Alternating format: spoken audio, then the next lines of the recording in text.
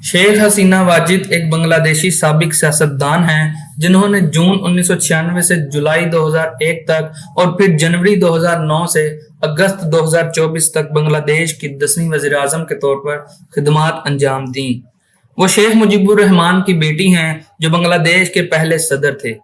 मजमूई तौर पर 20 साल से जायद अरसे तक खिदमात अंजाम देने के बाद वो बांग्लादेश की तारीख में सबसे तवील अरसे तक वज़ीर-ए-आज़म रहने वाली हैं। उनकी वज़ारत-ए-उज़्मा 2024 में पुरतशद्दुद मुज़ाहरों के सिलसिले के बाद खुद साख्ता जलावतनी में खत्म हुई।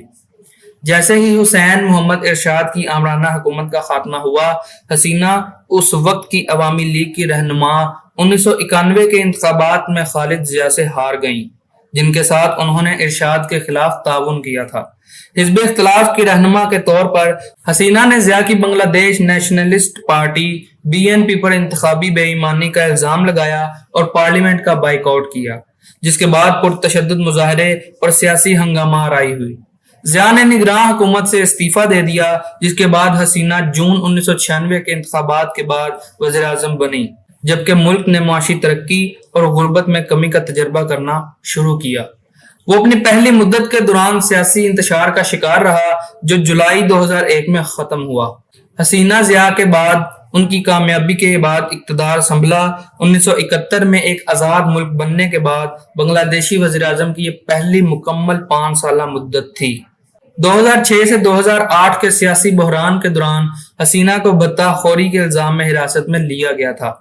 जेल से रिहाई के बाद उसने 2008 का इलेक्शन जीता था। 2014 में वो एक ऐसे इलेक्शन में तीसरी मुद्दत के लिए दोबारा मुंतखब हुई जिसका BNP ने बायकॉट किया था और बैनुल अक़वामी मुबस्सिरीन ने इस पर तनकीद की थी। 2017 में तकरीबन 10 लाख रोहिंग्या म्यांमार में नस्लकुशी से भागकर मुल्क में दाखिल होने के बाद हसीना को उनको पनाह देने और मदद फराहम करने का क्रेडिट और तारीफ मिली। उसने 2018 और 2024 के इंतखाबात के बाद चौथी और 5वीं मुद्दत में कामयाबी हासिल की, जो तशद्दुद से मुतासिर हुए और बड़े पैमाने पर धोखाधड़ी के तौर पर तनकीद की गई। अब ये बड़े पैमाने पर समझा जाता है कि उनकी वज़ीर-ए-आज़म के दौर में बांग्लादेश को जमहूरी पसमानदगी का सामना करना पड़ा। ह्यूमन राइट्स वॉच ने उनकी हुकूमत के तहत बड़े पैमाने पर जबरी गुमशुदगियों और मावराए अदालत कत्ल को दस्तावेजी शक्ल दी। मुतअद्दिद सियासतदानों और सहाफ़ियों को उसके ख्यालात को चैलेंज करने पर मुनज़्ज़म और अदालती तौर पर सजा दी गई।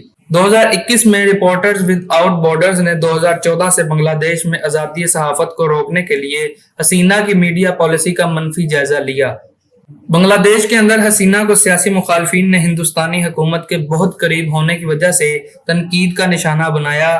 हसीना 2018 में उस वक्त दुनिया की 100 बाअसर तरीन शख्सियात में शामिल थीं और 2015, 2018 और 2022 में फोर्ब्स की तरफ से दुनिया की 100 ताकतवर तरीन खवातीन में से एक के तौर पर दर्ज की गई थीं।